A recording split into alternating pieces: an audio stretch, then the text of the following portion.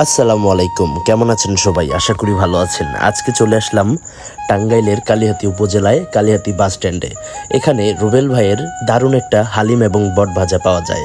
এটা নিয়ে আজকে আপনাদের মাঝে বিস্তারিত আলোচনা করব। তো বেশি কথা না বলে চলুন শুরু করা যাক। কালিহাতী বাস স্ট্যান্ডের মধ্যেই আমাদের রুবেল ভাইয়ের দোকান। তিনি বিকাল থেকে প্রায় রাত 10টা পর্যন্ত এই দোকান চালিয়ে থাকে। এখানে তার হালিমের সুনাম কিন্তু পুরো কালিহাতীবাসী জানে। এখানে তার বট ভাজাটা আমার কাছে সবচেয়ে বেশি ভালো লেগেছে এবং হালিমের সাথে খেতে আরও বেশি ভালো লাগে। তো যাই হোক, অনেকেই আবার কমেন্ট করেন যে রাস্তার খাবারগুলো একটু অস্বাস্থ্যকর। হ্যাঁ, রাস্তার খাবারগুলো একটু ওই রকমই, কিন্তু রাস্তার খাবার রাস্তায় খেতে ভালো লাগে আর রেস্টুরেন্টের খাবার রেস্টুরেন্টে। তো যার যার ব্যক্তি স্বাধীনতা আছে। তো আমার কাছে রাস্তার খাবারই ভালো লেগেছে, যার কারণে আমি এগুলো ভিডিও করি।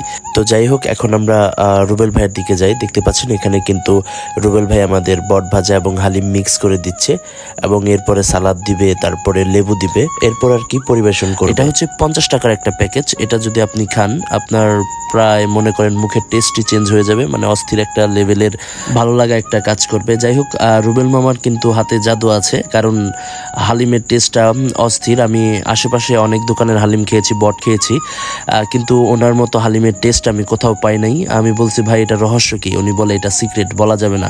যাই হোক, উনি অনেক ভালোভাবে হালিমটা তৈরি করেন।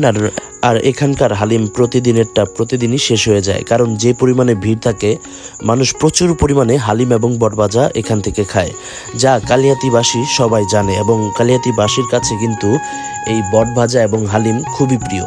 না হলে আমি রাত 8টার সময় গিয়েও আর কি সিরিয়াল পাইনি। 4 থেকে 5 জনের পরে আমি আর কি সিরিয়াল পেয়েছি। যাই হোক, প্রচুর ভিড় থাকে রুবেল ভাইয়ের দোকানে এবং সচরাচর অনেক মানুষ এখানে হালিম এবং বটভাজা খেতে আসে। তো যাই হোক, আমার কাছে কিন্তু বটভাজাগুলো ভালো লাগে এবং হালিম খেতেও ভালো লাগে। স্ট্রিট ফুডের মধ্যে আমি কালিহাতীর মধ্যে আর কি এই রুবেল ভাইয়ের বটভাজা এবং হালিমকে বেস্ট বলবো, কারণ কালিহাতীর মধ্যে অন্য কোনো স্ট্রিট ফুড নেই যেগুলো খেতে খুবই ভালো। সচরাচর এখানে হয়তো বা পুরি পাওয়া যায়, সিঙ্গারা পাওয়া যায়, 2-1টা পিঠা পাওয়া যায় বা ফুচকা পাওয়া যায়, কিন্তু স্ট্রিট ফুডের মধ্যে আমার এই হালিম এবং বটভাজা আমার কাছে সবচেয়ে বেশি ভালো লাগছে কালিহাতীর মধ্যে।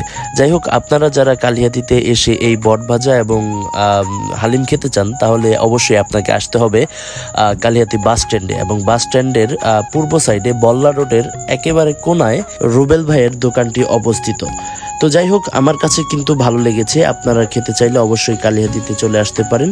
রুবেল ভাই মূলত বিকালের পর থেকে রাত 8টা-9টা পর্যন্ত আর কি এখানে থাকে, কারণ এর মধ্যেই ওনার হালিম কিন্তু শেষ হয়ে যায়।